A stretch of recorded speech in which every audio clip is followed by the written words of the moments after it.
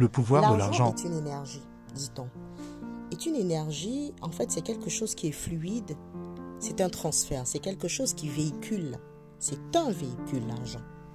Et pour attirer l'argent, il est nécessaire, il est plus qu'important de connaître les codes de l'argent, de connaître le mode de fonctionnement d'attraction, de connaître le système, de connaître les lois spirituelles.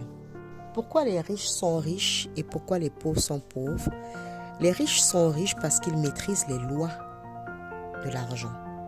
Et le pauvre est pauvre parce qu'il ne cherche pas à maîtriser, à connaître les lois de l'argent. Il reste un ignorant. Celui qui donne n'est pas forcément celui qui a ou qui a en abondance. Et celui qui ne donne pas n'est pas forcément celui qui n'en a pas.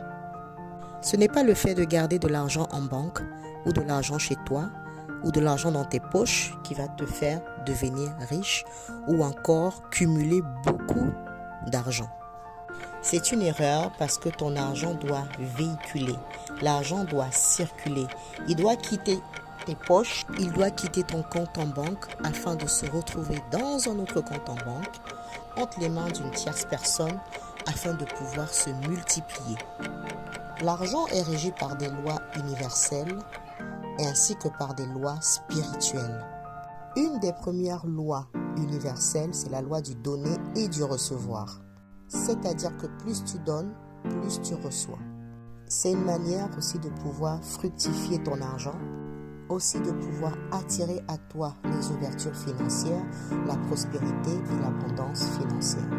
Pour moi, une des secondes lois, c'est de tout faire pour ne pas t'attirer la pauvreté.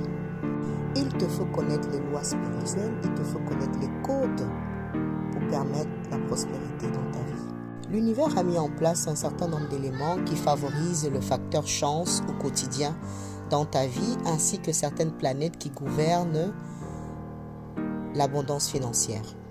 Si tu veux fructifier et avoir de l'abondance financière, choisis un jour dans ta semaine où tu vas habituellement donner à ceux qui sont dans le besoin.